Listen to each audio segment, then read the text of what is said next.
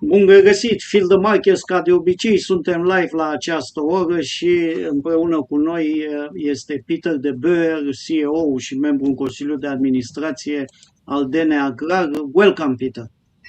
Thank you very much for the invitation. I'm glad to be back on your show. Thank you. Yes, vă așteptăm și în chat cu comentarii, waiting for questions. We discuss about one dynamic story, let's say, about from the agribusiness listed in Romania, and you are leading the European market milk producer integrated model. This is what difference makes your business model comparing to the traditional, let's say, dairy producers? Well, anyway, the agri industry is traditional in itself, let's say, I would say. But what I think differs us is, of course, scale, having a clear strategy. I'm not saying that others don't have, but I mean, we have a clear strategy, and we were able in the last couple of years to really execute on this, as well as the main strength of our business, of course, is the integrated business model, which means certain services in our company can be shared through the company. So that is a simple thing. We have our own construction team. We have partially our own logistics. We manage our own field operations, our own veterinary team who could move between farms, etc. But there are a lot of back office, of course, or a lot of shared issues as well. If you think of equipment, which can be shared between certain farms, and I think what so far the management team of the AGRAR, or where we succeed in, is to find all the time. I mean, you remember when we got listed 2 weeks after Putin started his end of war in Ukraine, we just finalized COVID. Now we have the Middle East, and I think so far we went from crisis to crisis, and the AGRAR, especially the management team, showed quite flexibility to every time adapt, see new chances. We all the time look to how can we make our business model more resilient, and that I think it's going to be clearly seen in the strategy that we announced, like to valorize in different ways manure, for example, and that will become a key role or a key component of our future business lines. And now we are looking, of course, to further diversify milk as a commodity, as cream, skim milk, etc. So we all the time try to look how can we strengthen our business model, how we can tighten it more and bring it more closer together, as well as what can we add. And we do it gradually, step by step, but still ambitious. I mean, we're implementing every year quite a lot of plans. And I think and again, it's coming back to the strategy is we have a long-term strategy, which means we try every year to start to build a new farm, etc. There is constant growth, so we don't have in between years, let's say. So we finalized the expansion in the old farm, and in the meantime we start to construct with the Straatje farm. Now we are constructing the Straatje farm, finalizing it. From later this year we will start the construction of the Coutu farm. So we try to do our best, let's say, to constantly increase revenue and profitability, of course, in the group structure.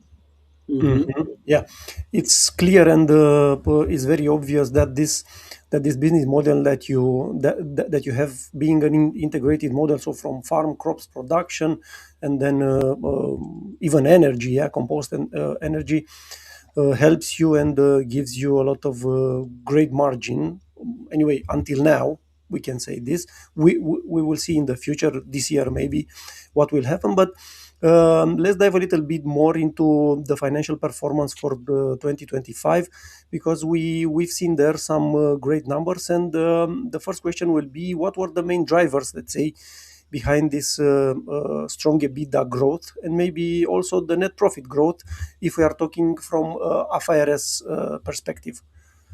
Yeah, so the main growth came, of course, by starting the operations at the Straatje farm last year in March.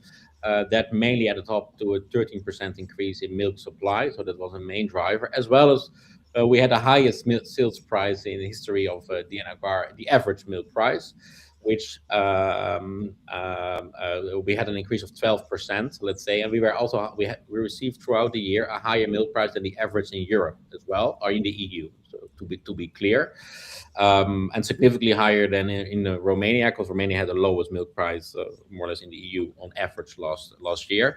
So that were the main components, of course, that drove the increase. For compost, it didn't play a big role last year. We estimated or we budgeted it, and that can be seen that the turnover when we revised the budget in September, we were, I think, 2 million lei under the budgeted turnover. That was mainly due to the reason that we had a increase in Q4 of production costs due to the bad harvest or the bad agricultural year that we had last year. We had for several crops half of the tons harvested compared to the previous year. And yeah, we all know we are a fast-growing company, especially in animals. We ended the year with over 18,000 animals, but for several years we don't grow in number of hectares.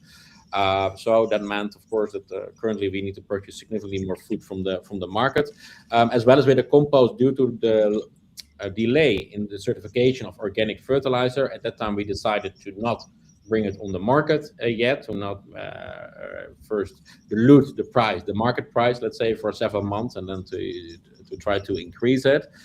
But so overall, 13% increase in milk supply, 12% increase in sales price. That were the main drivers, let's say. Mhm. I have a question, interesting question. The investors should focus on growth or profitability, because these questions are always on our minds and we don't know exactly. And this margin you had till now, they are going forward. Now, if we look for 26, will be a bit of a typical year. I mean, especially Q1 2025, we had the highest milk price last year, and from there we had a Mhm. steady decline, but slowly, but later in the year more steady, let's say. And now, of course, we have a significant decline. So this the biggest gap this year is in Q1. So this was hard to surpass. So for the whole year, we estimate a profit margin of 19% and an EBITDA a margin of 42.5%. Especially if we look to the EBITDA margin on the long term in our scenarios, in our financials so far, we estimate that the EBITDA margin will remain around 43%. Let's say it will vary a bit per year, 43-45% in the coming 5 years up to 2030. So more or less that should more or less remain. Of course, we don't know where the market goes, but maybe we get into that later on. We see a recovery in our contracted milk price, so that's a good sign. For this year, it's a bit harder. It's a challenging market, especially March and April. We had the lowest milk price, so we had in January still a decent milk price. In February, we had a decline, and a major decline we had in March and in April, and now we will see in the coming months an increase. So that is promising, but it's still significantly lower than the average that we had last year. If the case, to answer your question on profitability or growth, I think so far we were able to do both. But this year, it's clearly a year of growth. I mean, we will not surpass the financial results compared to last year. We estimate a bit lower turnover, also a bit lower profit, or a bit now more significantly lower profit, let's say. But still, we are on profit. Also for Q1, we are still on profit. We are also not close to a loss. Mhm. Yeah. Nothing going on, but it is lower. I mean, last year we had a net profit in Q1 around 15 million lei or 15, 16 million lei. So of course, it's clearly with a significant decline that we will be affected. Mhm. This year is mainly growth. It's implementation of the strategy and executing the strategy. We have a lot of projects: wheat grass processing, milk processing plant for skimmed milk and cream, start of the Kutu farm. So operational and growth, preparing the growth for 2027, and especially for 2028, it's more going on. So this year it's growth. If we look to the past, it was growth and profitability, I would argue. Yeah, you are talking about the strategy for this year and also the numbers and also the BVC, bugetul de venituri și cheltuieli in Romanian, and investors are looking closely and are following closely these numbers, because if we are to calculate the multiples at which the AGRAR is trading right now, we need to know these numbers in details if we can, just to make this calculation. So you said that this year will also be a year of growth, but this growth will be a little bit slower, I mean, versus 2025. Can you give us some more details and even some numbers if you have? Yeah, I mean, now it depends how you define growth. I mean, if we look from an operational point of view, in Q1 we had 22% more milk than the previous year. So from an operational point of view, there is growth. We Okay. opened the second compost unit at the Lacto Agar farm, so we doubled our production capacity. Of course, all these kind of things take time to implement, to offset, to find the right recipe, etc. Later in the year, in the summer, we expect to open our processing plant to extend our geography where we can sell our milk to. If you look to the milk price, especially in Greece, but also in northern Italy, it's way more beneficial than in the area where we are located. And through this plant, we will be able to further increase margins in this case, let's say, by the reduction of transportation costs. So, I mean, nevertheless, on this operational part, it will be a really successful year. We are with everything on track with investments, etc. Of course, as you mentioned, but we have a significant decline in milk price, so figures will be lower. I mean, on GAP or on Romanian legislation, I always use it GAP alternative, that's the American one, but on the Romanian OMF, I think it's called. We said, okay, we will have a net profit of 38 million, a turnover of around 200 million, and an EBITDA of 85 million. In every case, it is a reduction, as we had last year, an EBITDA of over 90, a turnover of 230 million, and a profit of 52 million. So there is a small decrease. Nevertheless, the outlook on the long term looks really promising. So there's no issue to worry on that behalf. But as I said, and then, of course, if you look to IFRS, we have some differences in IFRS. That's also in the profit, as you just mentioned. It's mainly due in the local legislation we use cost calculation, and in the IFRS we use the fair value calculation and method, which means the main difference comes from how you evaluate your biological assets and your stocks. So now, since we have implemented IFRS, every quarter we will evaluate our stocks as well as our biological assets, valuation in this case of the animals, and that looks really steady. So first, now when we saw the decrease in milk price, generally what happens afterwards is that more farmers start to slaughter animals to clean up, let's say, or to optimize their herd structure. But in this case, we don't see a really decline in this price, which could have an effect on the IFRS result. But in this case, we don't estimate that. It's a good thing. Here we see the milk chart, and we have still the significant part of our milk is contracted. And here you can see now from March and April, we saw that were the lowest months, and we see quite as now a significant increase with 6% approx to May, and a small increase as well to June. And I think we expect that it will further continue to recover. Okay, we will not reach last year's, but now in May and June, the price that we received, the contracted price, is more or less around the price that we budgeted our budget 2026 on. So at least it gives a lot of confidence that probably we will the budget as far as we can oversee now. Depending a bit what happens with fuel and all these kind of things in the Middle East prices, I would say.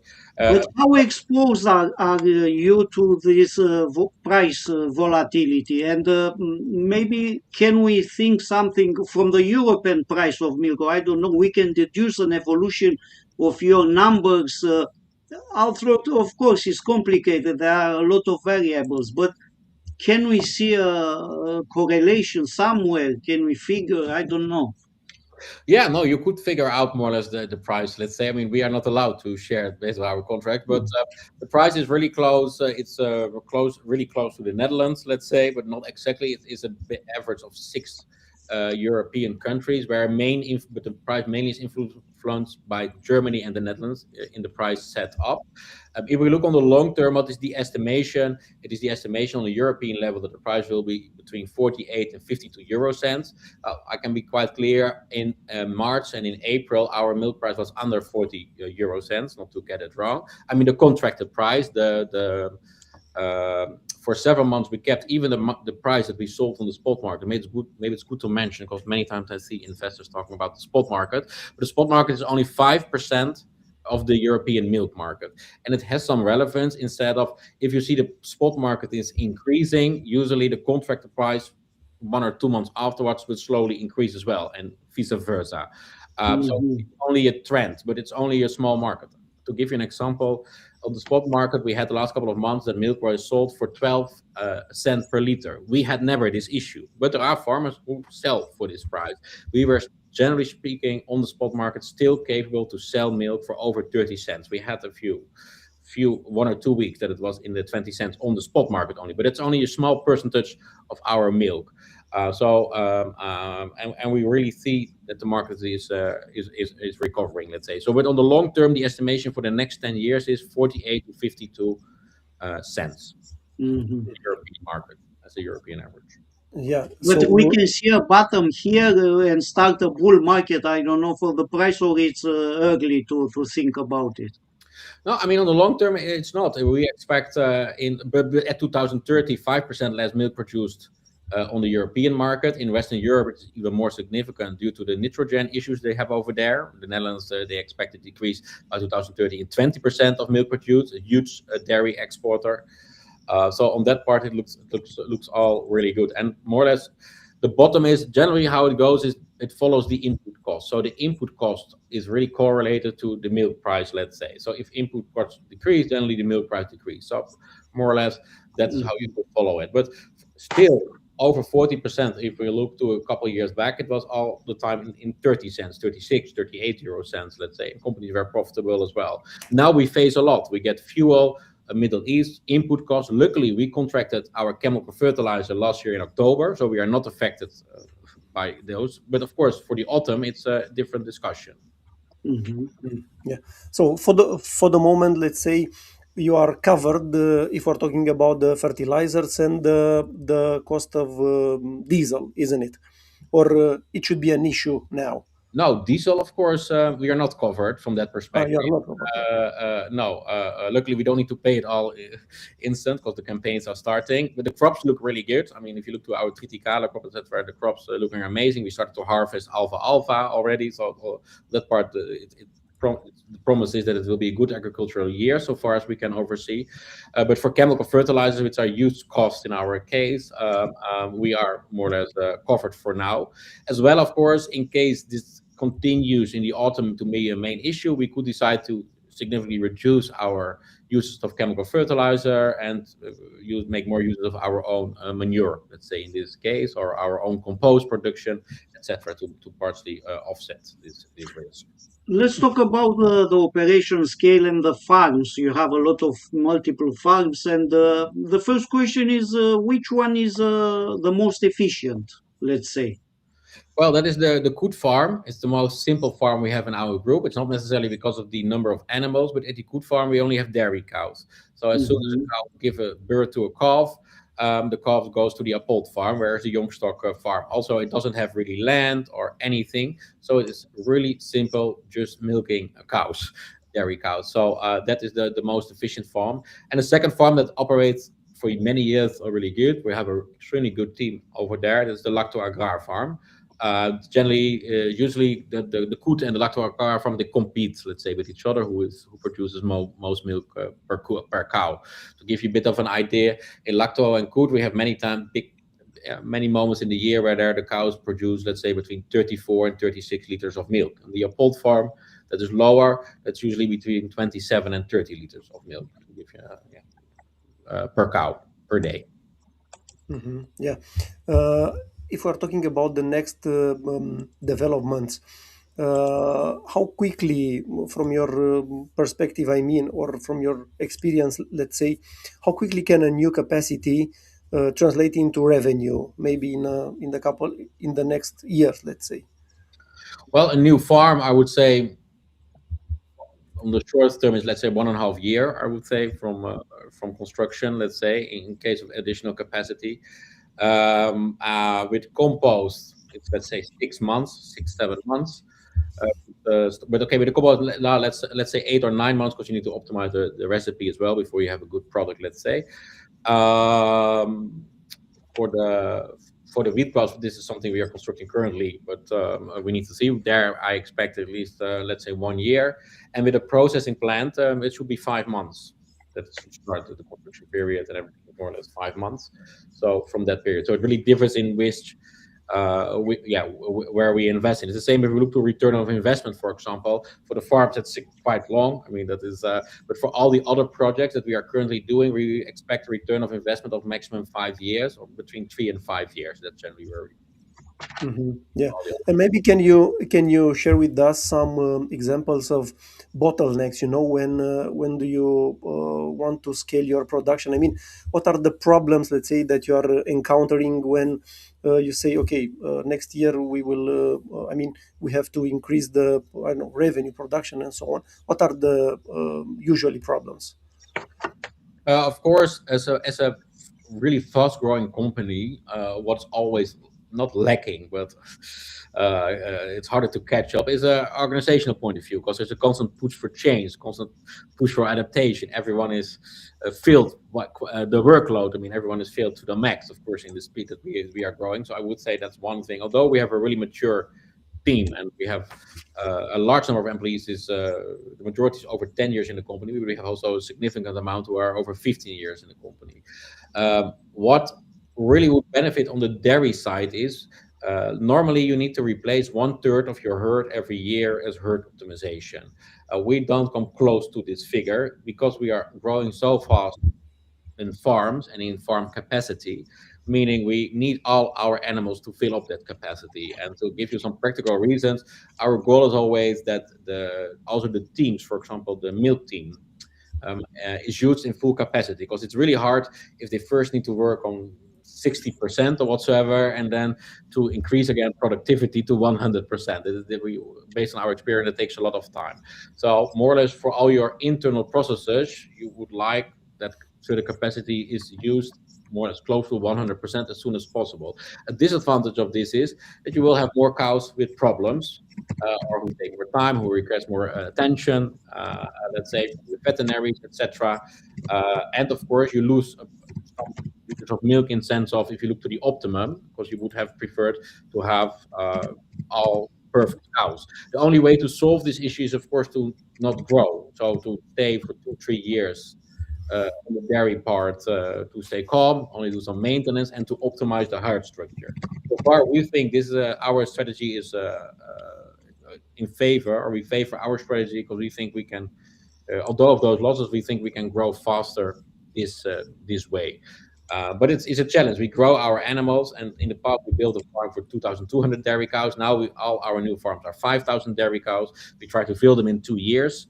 So all the new cows that we have, and we don't purchase from the market, they are for the new farm. So I would say that is the main challenge. And climate change is a challenge.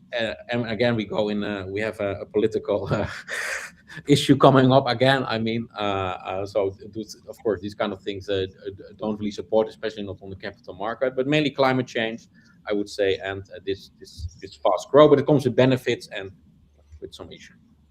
Okay, let's focus a little about the strategy to 2030 and this your growth plans. I like you have different scenarios every time and you update your numbers. It's very, very usual and very friendly for the investors. But the question is, which we talking about green energy, yes, compost, vertical farming. Which segment from this will drive the most value? The milk or this one of these new business lines? Well, it's maybe nice to mention. Yesterday, we received the approval from ING for the financing for the Q2 farm, 10 million euros plus 20% own sources, as well as for 3.5 million euros, as well, also from ING, for two new composting units. So we will soon have a shareholders meeting for this approval, but finally we have the approval from ING Bank.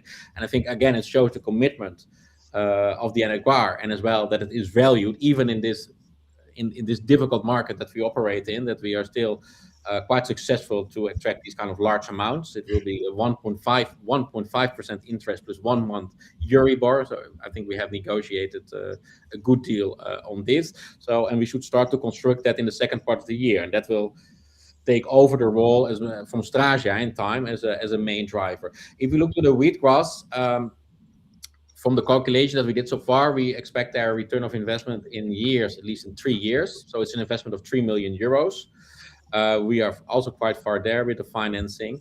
Mainly what we expect there is increase in milk supply on that farm, less veterinary issues because the cows will get 30-40% of fresh feedstock, same quality all year round, as well as will give us more control on the operations because it's grown on the farm, so less usage. And yeah, so this is a nice slide to show in the sense of I know we implement a lot of projects, and it sometimes it may look like okay, it's too much or it looks chaotic or whatsoever. But what we are mainly doing is creating here two business lines, two legs. So we have here leg one, which means we will have from by the end of this year conventional produced feedstock and wheatgrass produced feedstock, so on the farm in 6 days, seeding to harvesting 6 days with a constant level of over 20% protein and a high sugar level.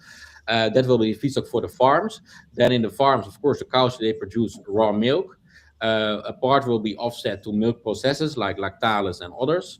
And a part will go, as a start, 150,000 liters per day to the skimmed milk and cream facility, which will transform it in semi-conductive products, which means we can sell it more. All the Strasia farm milk, let's say, will in this case be exported mainly to Greece, Northern Italy, Croatia, and some other countries. So we can extend our geographic expansion to find more favorable markets with more favorable prices, let's say, with still large processors. And the other part, we can also start to diversify our type of clients. So we don't want to compete with our own clients, but we can start to diversify to food processors, bakeries, ice cream factories without trying to mingle in the area where our clients are operating. So I think that's a huge step forward, as well as that we can take out the water out of the milk, which means in the future we can transport 100,000 liters of milk. Instead, with 4 trucks, we can do that with 1 truck. Again, a significant reduction of transportation costs. And of course, we will be focusing more on exportation. Then the cow produces manure to the biomethane plant, where we expect 3.5 to 4 million euros a year. And after that, the digestate goes either on our fields as a fertilizer, or a part goes through the compost factory. And then we can sell it to horticulture, wineries, and retail. Especially now in the beginning of the year, we see a lot of interest. We have more or less sold all our stocks, which will be seen in the Q1 figures. There, the compost component will be clearly visible. That contributes to the profit of the company. And we get a lot of requests for the autumn already due to the Middle East crisis. And of course, the chemical fertilizers are so high. And then the second leg is a fertilizer, seeds, cluster, greenhouses, again, and different. So in the end, we have only two legs, but we have two business lines in the future with multiple revenue streams. Let's say that would be more, yeah. But everything is integrated again. More or less, that's what I'm trying to say. So a lot of projects, but they are all connected. So in the future, we can say you are not only a dairy company, you are becoming a, I don't know, a platform, agri platform, energy platform, something like this. Yeah, we get out of the level of being peasants, let's say, and finally we. No, I'm joking, but no, we become the energy part. If you look on the EBITDA for the future for compost and biomethane, and we expect maybe even a higher value for the biomethane because we started to do testing, and the quality of the manure, where the price per ton is based on, the indicators are higher currently than for what we have than the base price we negotiated. So that could also become close to 5 million euros, let's say in this case, but we will see. But the EBITDA, the contribution to the EBITDA, let's say in the future, compost and biomethane together, based on the current more or less size of the company, that could be close to 30%. So that will become a really important role, let's say, to the EBITDA. Okay. Let's talk a little bit about the movement, the next movement for the company. And I mean, from the stock market perspective, you said a few months ago that you would like to move from Aero to the main market. What does it imply, and when do you think that this will happen? Because it's not an easy process, as we already saw with other companies. Yeah. Yeah, no, of course, first we implemented IFRS. That was one thing that is finalized. The goal is to publish this week. Honestly, my goal was to present it today, the IFRS budget, let's say, but I assume it will be tomorrow or latest on Monday. So you can still see that there are still sometimes some challenges. So the goal is currently to further optimize our corporate governance structure. The goal is to do the upgrade next year in April and May. We started to have discussion with a lot of institutional investors on the local level. I will meet more or less all of them. I met already a few of them in the coming months. Next week we go on a roadshow. We go to London, Paris, Frankfurt, Zurich, and Geneva. We do 5 cities in 4 days, and we will meet asset managers, institutional investors, as family offices, not to sell necessarily currently some shares whatsoever. It's really in preparation, especially for the food cluster that we want to develop and the upgrade to the main market, as well as to gain more experience for my management team as well. So we will have 28 meetings in those days. So it will be quite an intensive week, I would say. For the rest, everything is quite under control from that perspective. We will look to our board structure. I expect that we will come with some announcement there this year or the beginning of next year to diversify more our board structure.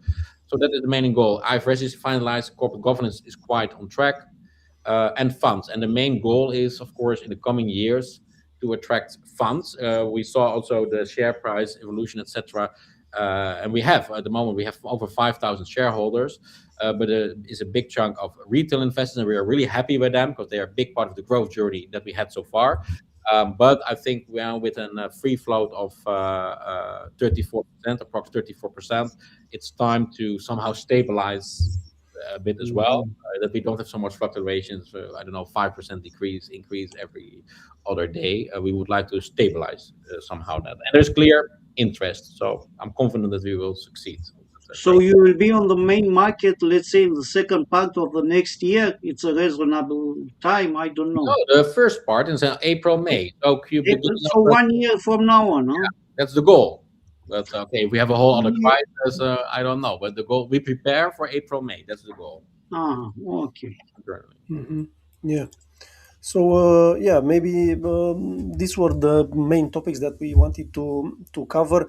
Should we take a look also on the stock chart, or Yes, Catalina? a little 1 minute, two Yeah. minutes to Okay. see the Let's take a price look. go down. I don't know, more or less 30% from the maximum, but it's okay because it's a support here, and I think stai să facem mai mare.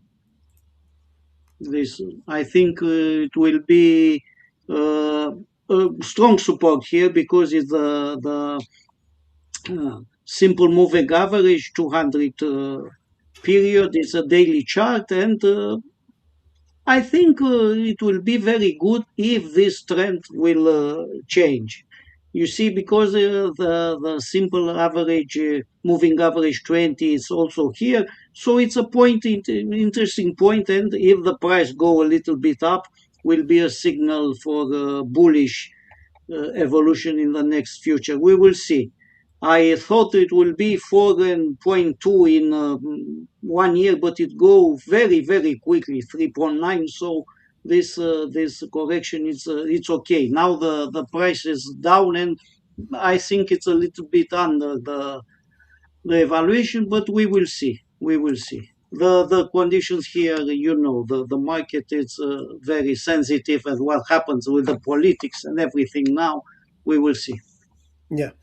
Okay, that should be all. Maybe Peter, if you'd like to say something now, since we are at the final of our discussion, maybe something from the retail investors' perspective. Why should it be? Should they be with the company from now on? Also, anyway, you already gave us a lot of reasons, with growth reasons, let's say, but from the stock market perspective, maybe because this is very interesting to them since they had. A lot of growth in the last year and a half also. Yeah. So I think if we look to the current valuation of the company, at least from our perspective, and it's not a recommendation of what's wrong Of or not course. wrong, but I think, yeah, we are clearly again undervaluated based on our historic performance, especially if we offset that to other companies. Nevertheless, we had a long period of growth, so okay, I understand. Then also some days you have a correction, let's say.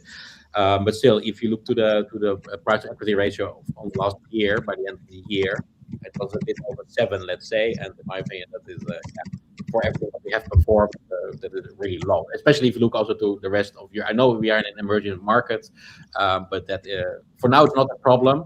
But if we go into 2030, let's say, if we remain these kind of things, yeah, this is something we need to analyze and follow up in the future.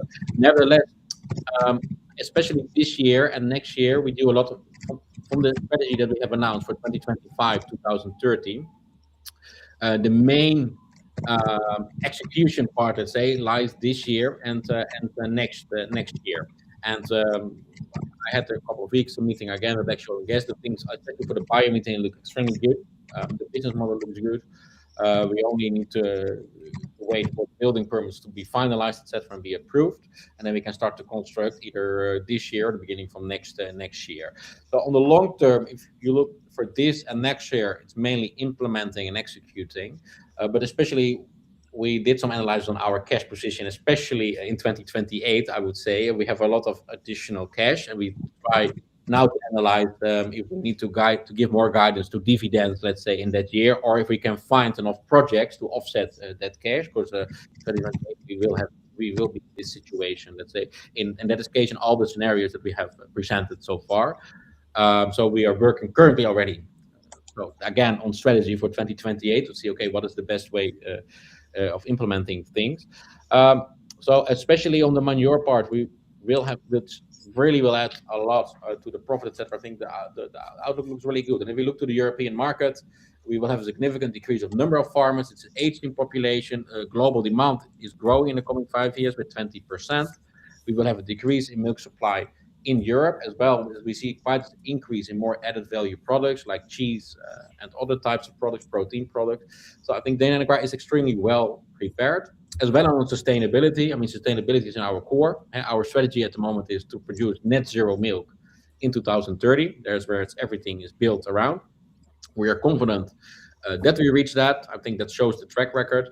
It's a bit of an in-between year. I'm the first one to admit. On the other hand, if you look to our operational capabilities, we grow as fast as we did in the last couple of years. We are in a commodity market. We try to offset that by the processing plants. On the other hand, to get more control over feedstock through the wheatgrass facility, so of the food source for the future, because Romania will be affected by climate change, especially even one of the more affected in the EU.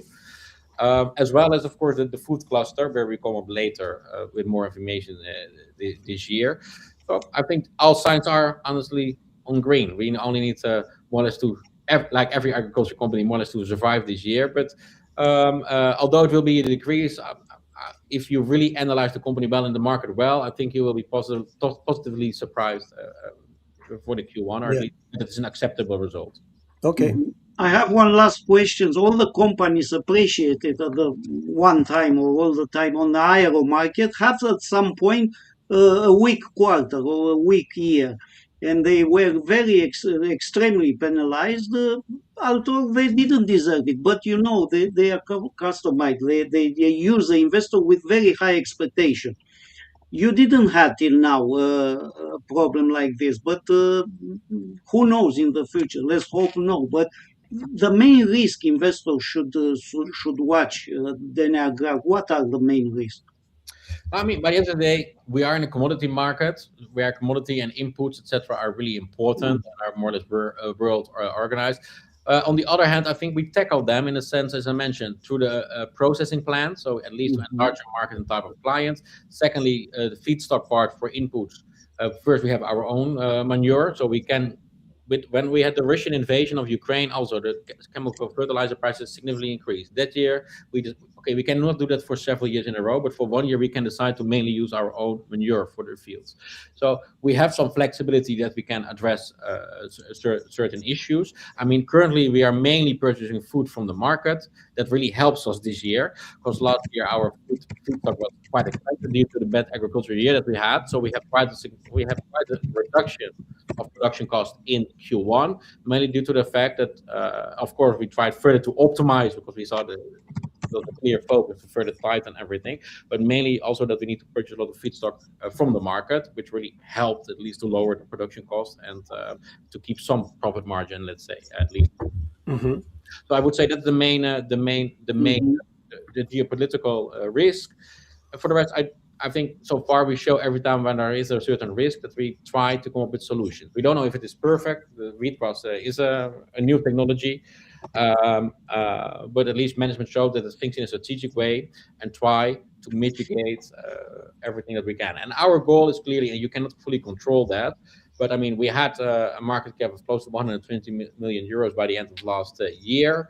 And our goal really for 2030 is to end up somewhere between 250 and 300 million euros of market cap, as far as you can control that. But that is how we have built our strategy. And if you look to the EBITDA multiples, I mean, we had an EBITDA last year of over 20 million euros. So, and if you get 120, it's the multiple is 6, let's say. So, I mean, now I think that is fair. That 6, 7, that would be fair in our case for a valuation of a company that reports transparent, delivers constantly, and is integrated. And that's really different than when you just milk. Is that really different than just producing cereal? Let's say from that perspective as a market. Yeah, and one last question. Maybe if you can tell us how many tons of compost or what's the quantity do you have in stock waiting for the biocertification? Well, we decided in Q1, due to the pressure on the milk market, of course, we needed to take a strategic decision to further wait or to say, okay, we sold. So we mainly sold everything that we have, that's thousands of tons. And the price generally that we sold was between 120 and 155 euros, not certified. But we are quite, it starts a bit to be annoying and embarrassing because every time we expect soon to have the certification, but we are now filling in the last more or less documents, from what I understand. So in a It's couple, not your fault, actually, isn't it? no, it is not. But every time I ask, there's Yeah, okay. friends when do This you is have? Romania. You used to be, but with certification will be 180 euros per ton, something like this. 180 and 220 euros. I think this should be possible. We have our branding ready. There will be a specific website, name, slogan. It's all Mhm. ready. It's all finalized. Packaging, style, everything is finalized. That looks really good. And I mean, the costs are there. They are significantly lower. So currently, the production costs for that are under 50 euros. So I mean, there is already a nice margin to gain there. And of course, we start from next year to get the voluntary carbon certificates. So from 2000, we will receive the first 16,000 next year on an annual basis. And in 2030, we will receive 100,000 of voluntary carbon certificates, which is a new revenue stream because they have a value of 20 to 30 euros. And then we talk with the big companies in the oil and gas industry, Mhm. which start to decarbonize, to purchase them. So that's another thing that is it will be a nice stream, let's say, because we can offer a big quantity for 15 years. So that's another Okay. nice thing. Yeah. Okay. Thank you very much, Peter. Good luck in the future and hope to see you soon. Thank you very much and have a lovely day. Thank you. Încheiem aici. Până mâine seară plăcută și profitabilă. La revedere! Have a good day.